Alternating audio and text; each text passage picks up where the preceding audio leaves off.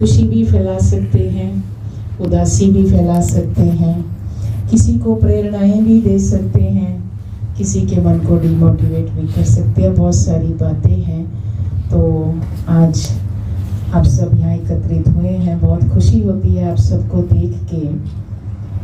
रक्षाबंधन का एक ये ऐसा पर्व है जिस पर्व पे किसी देवी देवता की पूजा नहीं की जाती है।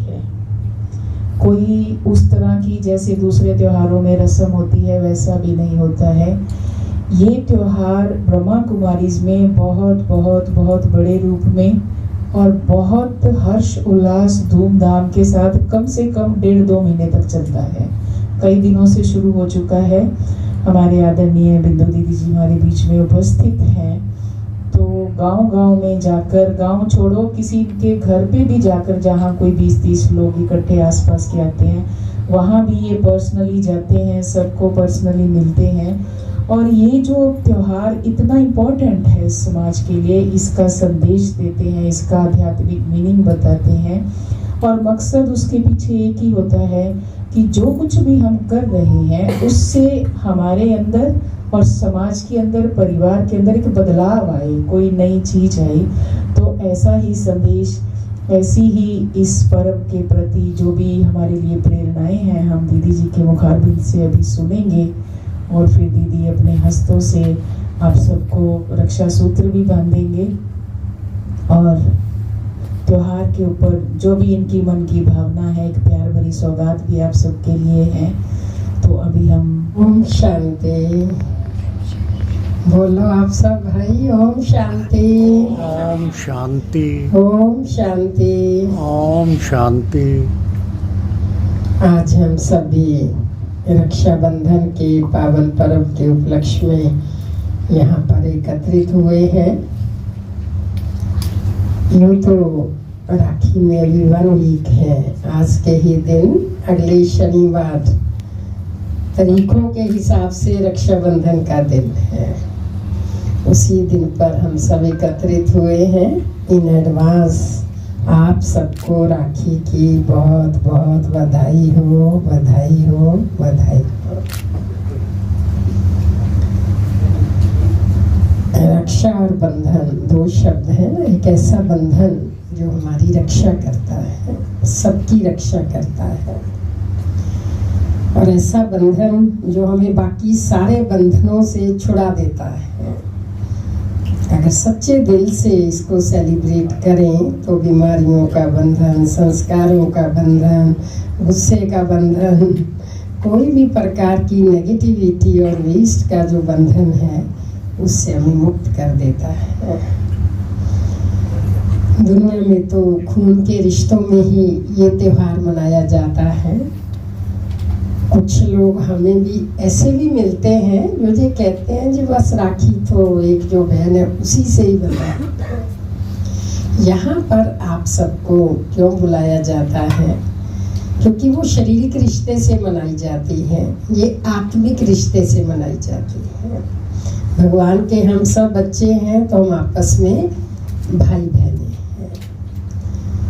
और दूसरा, संसार में भले ये मटेरियलिस्टिक गिफ्ट देने लेने का त्योहार है, लेकिन यहाँ वो नहीं। यहाँ साथ में हमें कुछ संकल्प लेने का भी होता है। एक संकल्प दिवस भी इसको कहा जाता है। परम पिता परमात्मा जब इस धरा पर आते हैं तो आकर के वो अपने बच्चों को रक्षा सूत्र देते हैं। बहन जब भाई को बांधती है तो वो कहती है आप मेरी रक्षा करना, अर्थात आप हर दुख सुख में मेरे पास आना जाना, मेरे से अच्छा सा संबंध निभाना। ये एक बहुत बड़ा लक्ष्य होता है राखी का, ताकि हल्का फुल्का कोई संबंध में ऊपर नीचे वो फिर से ठीक हो जाए। और भगवान ने ये भी क्लियर किया ये त्योहार भी वास्तव में इसी समय द्वापर कलयुग में मनाए जाते हैं, जबकि संबंधों में थोड़ी कमी आ जाती है तो उनको फिर से ठीक करने के लिए ये त्योहार बने हैं। आपसी भाईचारे की भावना को फिर से बढ़ाने के लिए ये त्योहार बने हैं। सच्चों में इन त्योहारों की आवश्यकता नहीं पड़ती है, क्योंकि वहाँ तो सारे ही देवता समान उनका जीवन होता है। आपस में बहुत प्रेम प्यार से रहते हैं। वहाँ तो हर दिन खुशियाँ, हर दिन त्योहार, ऐसा वातावरण होता है। यहाँ अप डाउन्स है, तो उस डाउन्स को फिर से अप करने के लिए, फिर से अच्छा करने के लिए ये त्योहार मनाए जाते हैं। और दूसरा, यहाँ राखी का एक और है कि यहाँ हम बहनों को भी राखी बांधते हैं, भाइयों को भी, क्योंकि रक्षा की ज़रूरत दोनों को है। स्त्री हो या पुरुष हो, दोनों को रक्षा की ज़रूरत है। तीसरी बात, अभी आपने वीडियो को अगर ध्यान से सुना और देखा हो तो उसमें भी ये बताया गया है कि आत्मा ना स्त्री है ना पुरुष है। ये माँ के गर्भ के अंदर एक चोला तैयार होता है। अगर वो स्त्री के चोले में आत्मा ने प्रवेश किया तो वो स्त्री कहलाएगी। एक मेल के चोले में प्रवेश किया तो वो मेल कहलाएगा। इसलिए गहराई से देखो तो हर व्यक्ति के अंदर कुछ बहनों वाले संस्कार, कुछ भाइयों वाले होते हैं। कुछ बहनों को देख के हम बोलते हैं ये मर्दों जैसी है, और कुछ भाइयों को देख के भी कहा जाता है ये औरतों जैसा है। होता है या नहीं? क्योंकि आत्मा किसी जन्म में स्त्री बनी, किसी जन्म में पुरुष बनी। ये बहुत बड़ा स्पिरिचुअल और साइंटिफिक लॉजिक है कि आत्मा पॉइंट ऑफ लाइट है, वो स्त्री पुरुष से परे की चीज है। जो चोला तैयार होता है वो स्त्री और पुरुष कहलाता है। और भगवान ने एक और मजेदार राज खोला है कि एक ही सेक्स में 2-3 बार से ज्यादा बार नहीं जा सकते। कोई 2 बार फीमेल बन गया, 3 बार तो चौथी बार मेल बनेगा ही बनेगा। कोई 2-3 बार मेल बन गया तो फिर वो चौथी बार फीमेल बनेगा ही बनेगा। इसलिए आत्मा के अंदर दोनों तरह के संस्कार रहते हैं, मेल वाले भी, फीमेल वाले भी। लेकिन एक्चुअल हैपन क्या होता है प्रैक्टिकल में संस्कार? अब वर्तमान में मैं फीमेल चोले में हूँ, मान लो मेल चोले वाले, तो जिस चोले में हम होते हैं वो रोल हम ज्यादा करते हैं। जो रोल आप ज्यादा करो, जिस विषय पर आप ज्यादा सोचो, तो वही आपके संस्कार बनते जाते हैं। इसलिए इमर्ज रूप में जो संस्कार है वो वर्तमान चोले के हिसाब से होते हैं, लेकिन मर्ज रूप में, सुषुप्त रूप में आत्मा के अंदर दोनों संस्कार होते हैं। एक्टिव वो होते हैं जिसको ज्यादा यूज किया जाता है। एक बार मैं पूछ रही थी कि नेगेटिव ज्यादा फलीभूत होता है जब पॉजिटिव ज्यादा फलीभूत होता है, तो आप क्या समझते हो? कोई भी कार्य हम करते हैं, नेगेटिव ज्यादा इफेक्टिव होता है या पॉजिटिव लाइफ में? क्या ज्यादा इफेक्टिव होता है? नेगेटिव ही ज्यादा, आजकल ज्यादा नेगेटिव होता है। क्यों होता है? क्योंकि हम नेगेटिव ज्यादा सोचते हैं। कोई व्यक्ति है सामने जो अपने आप को क्या समझता है, ये चीजें हम ज्यादा करते हैं। देखो कितना अच्छा है, इसकी वाणी कितनी मीठी है। हम इस तरह कम बोलते हैं। मतलब इफेक्टिव ना नेगेटिव होता ना पॉजिटिव होता। इफेक्टिव वो होता है जो दिन भर में आप ज्यादा यूज करते हैं, ज्यादा फील करते हैं। अंदर के जो थॉट है आपके किसी भी व्यक्ति या सिचुएशन के प्रति, ठीक बोला आप लोगों ने। आज प्रैक्टिकल में वातावरण कुछ ऐसा है कि नेगेटिव ज्यादा प्ले होता है। अगर आप 10 मिनट भी बैठ करके शांति से चेक करो, कुछ नहीं सोचना, अच्छा ना बुरा, सिर्फ चेक करना है कि मेरे अंदर क्या चल रहा है, तो आप पाएंगे कि ऐसा काफी कुछ चल रहा है जिसका कोई ज्यादा उपयोगिता नहीं है।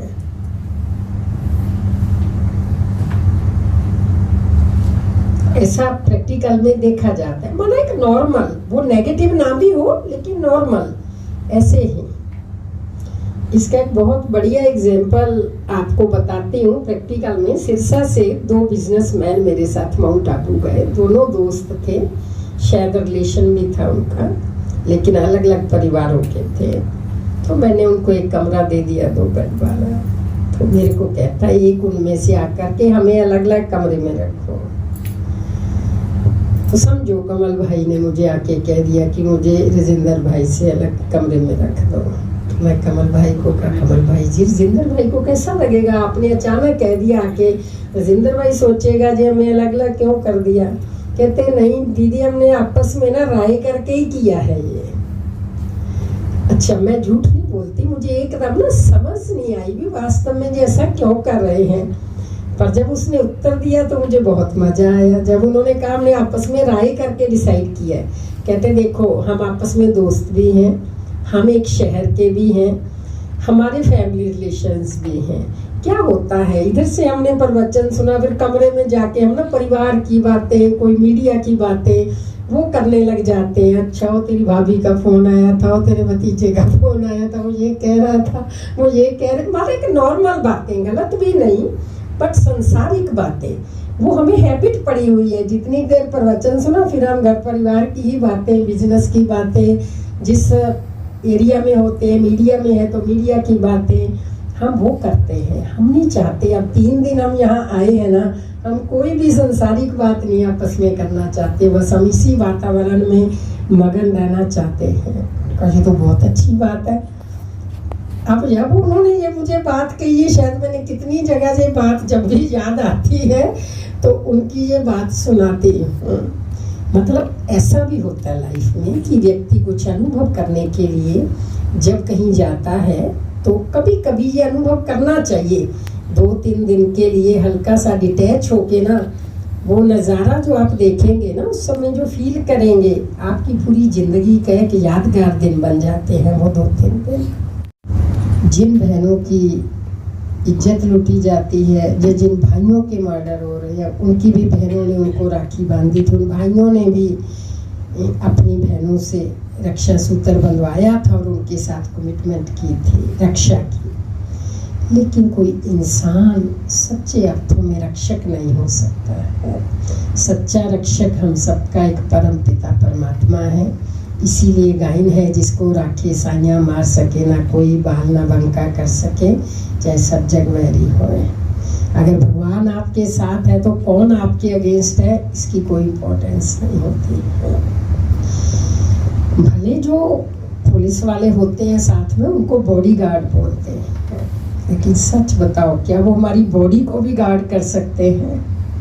अगर हमारा कर्म में कोई कमी है, या हमारा कोई ऐसा भाग्य आ गया है, हमने देखा हमारे 2 प्राइम मिनिस्टर, चीफ मिनिस्टर, पिछली हिस्ट्री इतिहास पढ़ो, पंजाब, हरियाणा, इंडिया का, जेट सिक्योरिटी होते भी उनको मार दिया।